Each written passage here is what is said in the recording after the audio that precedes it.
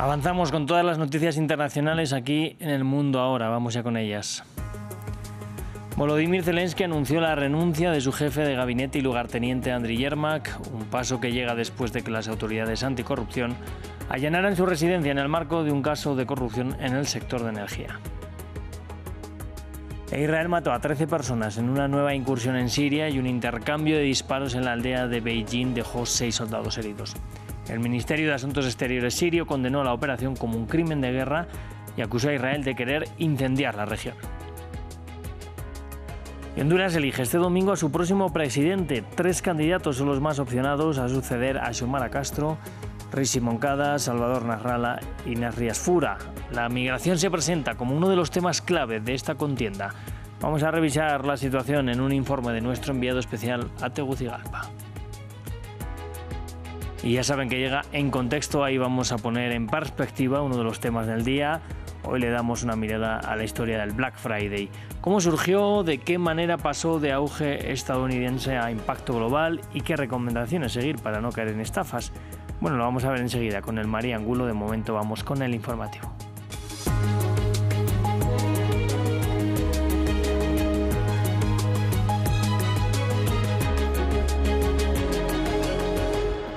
Y en un momento crítico para Ucrania, Andriy Yermak, jefe de gabinete de Volodymyr Zelensky, líder del equipo negociador de Ucrania con Estados Unidos, ha dimitido de su cargo, según anunció el propio presidente ucraniano. Lo hace después de que las autoridades anticorrupción allanaran su residencia y su oficina en el marco de un caso de corrupción en el sector de energía. Yermak ha asegurado estar colaborando en la investigación, mientras Zelensky ha hecho un llamado a la unidad ya que el Parlamento apruebe un nuevo presupuesto. Nuestra enviada especial, Catalina Gómez Ángel, nos reportó previamente sobre el significado de la salida de Yermak para el gobierno ucraniano. Bueno, este es un caso de corrupción que ya se había salido a la luz días atrás, relacionado con mucha gente cercana al presidente Zelensky. Sin embargo, Yermak todavía no está acusado, aunque hoy hicieron un allanamiento, como decías, de sus oficinas y de su residencia. Esta es una empresa de energía pública en la cual se estaban pidiendo comisiones a las personas que contrataban con ellas entre el 10 y el 15% y alcanzaban un escándalo de corrupción que sumaba más o menos los 100 millones de dólares. Salieron 2 de los ministros del gabinete, otra de las personas muy cercanas al presidente Zelensky, uno de sus socios en sus tiempos de productor audiovisual. Así que mucha gente decía que que Yermak estaba relacionado. ¿Por qué? Porque nada se mueve en este país, especialmente relacionado en el círculo de Zelensky, sin que Yermak tuviera que ver con él. Y de ahí que ya habían empezado las presiones para el presidente Zelensky para que Yermak saliera de su cargo, a pesar de que, como decía anteriormente, no hay nada realmente que lo relacione y que lo implique en este escándalo. Muchas personas decían que esto iba a ayudar un poco a quitarle presión al presidente Zelensky con esto, que todas las personas que estaban alrededor de este escándalo eran muy cercanas a él. Sin embargo, Zelensky insistió con Yermak, que es la persona más cercana a él en todo este tiempo de gobierno, lo volvió a nombrar como la persona que estuvo liderando esas conversaciones para poner fin a esta guerra. Recordemos que en medio de todo este escándalo salió a la luz esa propuesta de paz de 28 puntos, que si bien la presentó Washington, muchas de las miradas o señalamientos decían que venía impuesta o por lo menos perfilada desde Moscú, y en una respuesta de Kiev, que nombró este equipo negociador que luego estuvo en Ginebra, reunido con el secretario de Estado Marco Rubio y con todo el equipo norteamericano, ahí estaba Yermak negociando ese nuevo propuesta de la cual se habla hoy, esos 19 puntos, o al menos eso es lo que sabemos hasta el momento. Así que la salida de Yermak no solamente deja al gobierno sin la mano derecha del presidente, sino sin el principal negociador para poner fin a esta guerra. Zelensky ha dicho que mañana se reunirá con los posibles candidatos a reemplazarlo, ha dicho quiénes serán los posibles o quiénes seguirán en la mesa de negociaciones. Sin embargo, esto ha tenido un gran revolcón en la política y en la sociedad ucraniana. Aquí no se habla de otra cosa. Era una persona muy controvertida, una persona que causaba mucha desconfianza en un gran sector de la población, por no decir gran parte de ella, que veía cómo la influencia de Yermak crecía rápidamente, especialmente en estos últimos años de guerra, y estaba presente en absolutamente todo. Pues ahora hablamos del presidente ruso, de Vladimir Putin, que recibió al primer ministro húngaro, Viktor Orbán, en Moscú para abordar la continuidad del suministro de crudo y gas hacia Hungría, así como los esfuerzos de paz en Ucrania. El jefe del Kremlin dijo que seguirá estando dispuesto a elegir Budapest como sede para reunirse con el presidente estadounidense Donald Trump. Y es que Putin y Trump acordaron en octubre reunirse en la capital húngara, pero el estadounidense canceló la reunión alegando que no quería que fuera una pérdida de tiempo. Orbán ha mantenido estrechas relaciones con Moscú a pesar de la guerra en la vecina Ucrania, y Hungría sigue dependiendo en gran medida de la energía rusa a pesar de los esfuerzos de la Unión Europea por reducirla. Bueno, el ejército israelí ha indicado haber llevado a cabo una incursión militar en la localidad de Beit Jin, en Siria. El operativo dejó al menos a 13 personas muertas y decenas de heridos, incluso mujeres y niños. Israel justificó el ataque explicando tener como blanco integrantes de una organización islamista. Por su parte, el gobierno sirio denunció un crimen de guerra. Nos lo cuenta William Gassó. Heridos trasladados a urgencias en este hospital de Damasco tras el más mortífero ataque israelí en Siria en los últimos meses. Soldados israelíes llevaron a cabo un operativo militar en la localidad de Beit Jin, a unos 40 kilómetros al suroeste de la capital Damasco. El objetivo del operativo era detener a miembros de una organización islamista, justificó Israel, pero los civiles también sufrieron el ataque. Los israelíes intentaron detener a los hombres del pueblo, pero estos se resistieron y se escucharon disparos. Los israelíes se retiraron y luego lanzaron un nuevo ataque aéreo y bombardeos. Bombardearon varias casas y la mezquita. Hubo personas muertas y heridas. Desde la caída de Bashar al-Assad, Israel ha desplegado tropas en la zona desmilitarizada de los Altos de Golán, más allá de la línea de demarcación entre la parte de este territorio anexado por Israel desde 1981 y el resto de Siria. Las tropas israelíes también llevan a cabo bombardeos e incursiones militares en territorio sirio, alegando razones de seguridad nacional, justificaciones rechazadas por el gobierno sirio, que denunció un crimen de guerra. La actuación de las fuerzas de ocupación constituye un crimen de guerra en todos los sentidos de la palabra, especialmente después de que cometieran una horrible masacre que cobró la vida de más de una docena de civiles, entre ellos mujeres y niños. Israel ha expresado desconfianza hacia el nuevo gobierno sirio liderado por Ahmed al-Shara, y a pesar de los esfuerzos de Estados Unidos para favorecer las conversaciones entre ambos vecinos, todavía no se ha pactado ningún acuerdo de seguridad. Y Honduras encara la recta final de unas elecciones generales que enfrentan al oficialismo de izquierda con la oposición de derecha en un empate virtual entre los tres candidatos más opcionados a la presidencia: Rexy Moncada, Salvador Nasralla y Nasri Asfura. Uno de los temas que ha emergido para la decisión del voto es la migración, por su estrecha relación con la pobreza y la violencia de este país centroamericano, tanto como por la política de deportaciones masivas de Donald Trump. Nuestro enviado especial a Tegucigalpa, Andrés Suárez Jaramillo, nos lo cuenta. En vísperas de las elecciones generales de Honduras, Eric Sevilla resiente su deportación tras 12 años de vivir en Dallas, Texas.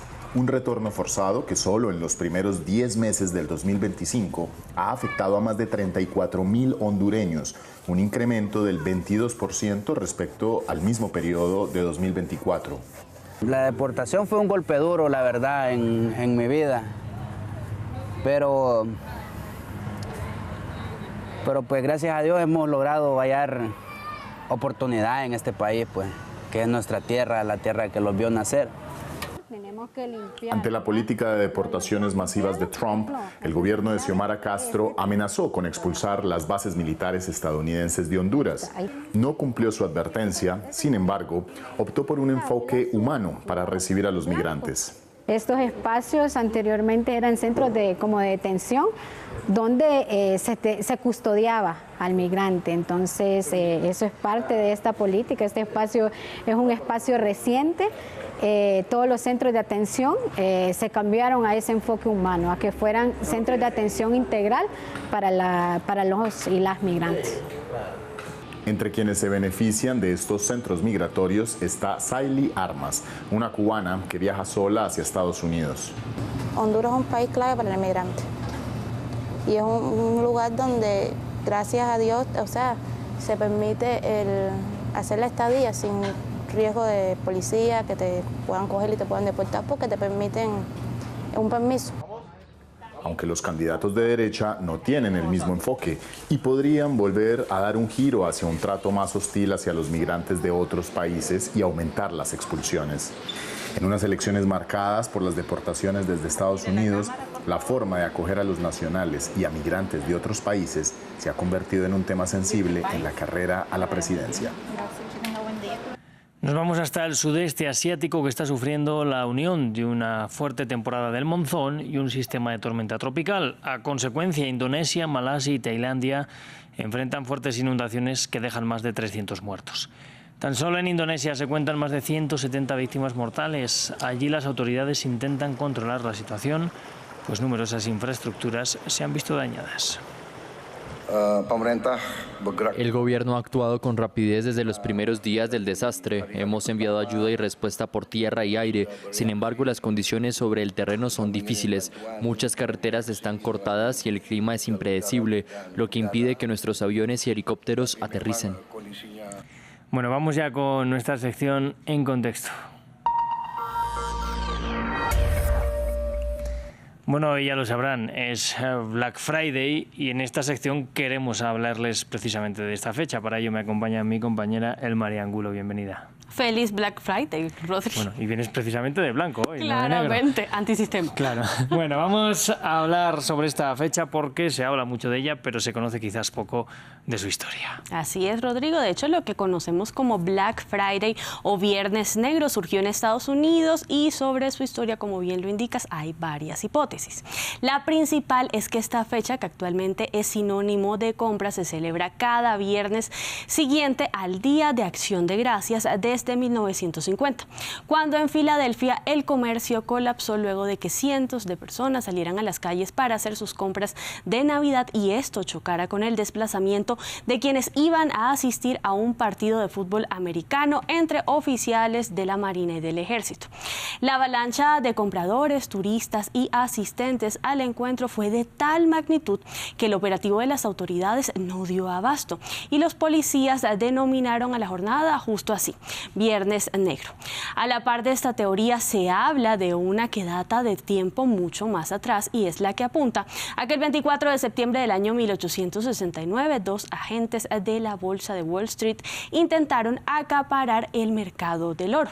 ¿Qué fue lo que pasó? Que en medio de ese intento hicieron una alianza con políticos locales y hasta buscaron sobornar a fichas clave del negocio para que les pudieran ayudar a cumplir su objetivo. Pero sus planes fracasaron. Justo en aquel momento el precio del oro se desplomó y ese día fue bautizado como Viernes Negro. Aunque como vemos las hipótesis son distintas, lo cierto es que esta combinación de palabras pasó a fijarse rápidamente en la mente de los consumidores que año tras año esperan este día para hacer sus compras, Rodrigo, con descuentos.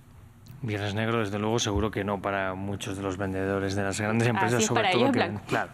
Bueno, vamos a seguir, porque ¿en qué momento el Black Friday traspasó esas fronteras de Estados Unidos allá prácticamente todo el mundo, o todo el mundo? Así es, de hecho, el auge del Black Friday se mantuvo durante muchos años únicamente dentro de las fronteras de Estados Unidos hasta que en 2012 empezó a extenderse a territorios europeos y latinoamericanos.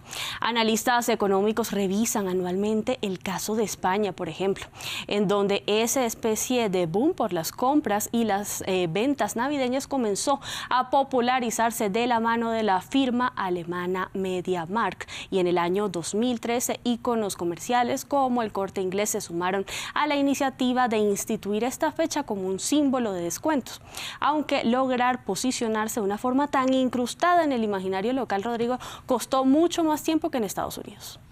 Bueno, y si el Corte Inglés marca tendencia en España, eso desde luego se queda, te lo puedo dar por seguro. Sí.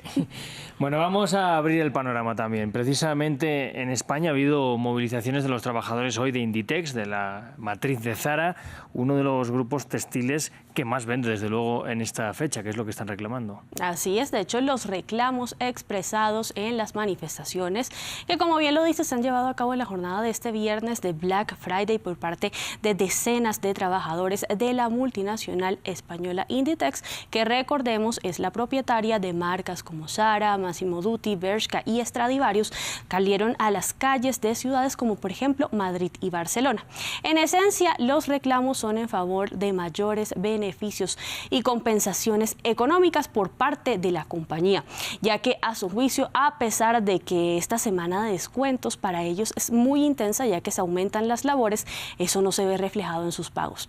Las movilizaciones que han sido reportadas por medios locales y también por la Agencia Internacional de Noticias EFE fueron convocadas por sindicatos tanto de las comisiones obreras como por parte de la Unión General de Trabajadores, bajo un lema muy peculiar, Rodrigo, y es Inditex entiende, sin nosotros no se vende, en referencia a la importancia del rol de los vendedores, empacadores y de todo el personal que hace parte de la cadena que permite que las compras de los usuarios en esta jornada de ventas tan intensas sean gestionadas de manera correcta. Los reportes dan cuenta también, Rodrigo, de que estas protestas se han extendido a países vecinos como Francia, Italia y Alemania. Venga, pues ahora vamos con la otra cara de la moneda, la gente que incluso hasta se endeuda para estas ofertas irresistibles. Esta cara de la moneda también es importante y aquí llegamos a un punto crucial y es el impacto en los consumidores de esta jornada masiva de compras. Justo este viernes, el diario estadounidense The New York Times pone la lupa sobre la incidencia de las compras por impulso y cómo los descuentos y la avalancha de publicidad que ya caracteriza al Black Friday logra detonar en algunos compradores esa sensación de ansiedad que los puede llevar a pedir productos que literalmente no pueden pagar y aumentar así la tasa de endeudamiento, lo cual después les pasa una factura no solo económica sino también emocional que se refleja en conductas como el arrepentimiento por haber mordido el anzuelo comercial de comprar algo más sin importar si en realidad lo necesitan.